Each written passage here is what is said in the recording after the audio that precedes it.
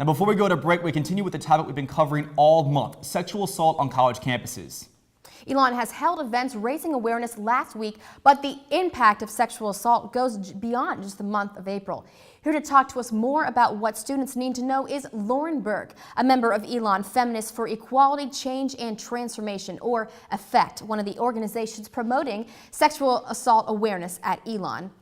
Thank you for joining us, Lauren. My pleasure. Thank you for having me. Thank you. Now, can we start with what is the definition of sexual assault?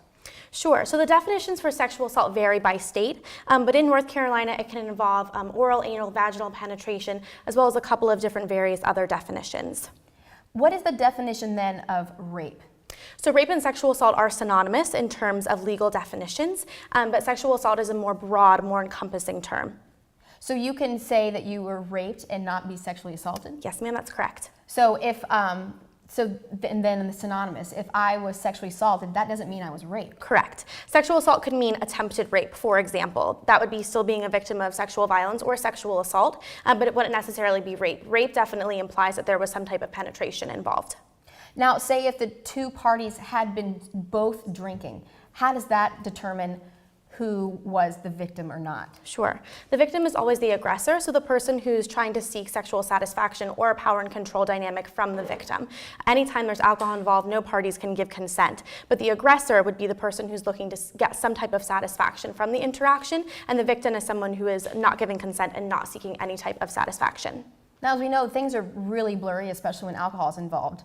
So how do you determine who's the aggressor and who wants it if there's alcohol involved? Sure. I think in terms of my perspective, it's always important to believe the victim. So if someone is coming forward and saying that they've been sexually assaulted, it's important to believe what they're saying and to take what they're saying seriously. The most damaging thing for a victim is someone who isn't believed and isn't taken seriously.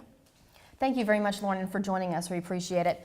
And if you or anyone you know has been sexually assaulted, here are some ways you can reach out for help. You can call the Health Center at 336-278-5009. That number is available Monday through Friday, 8:30 a.m. to 4 p.m. You can also call the Safe Line number, which is open 24/7 at 336-278-3333.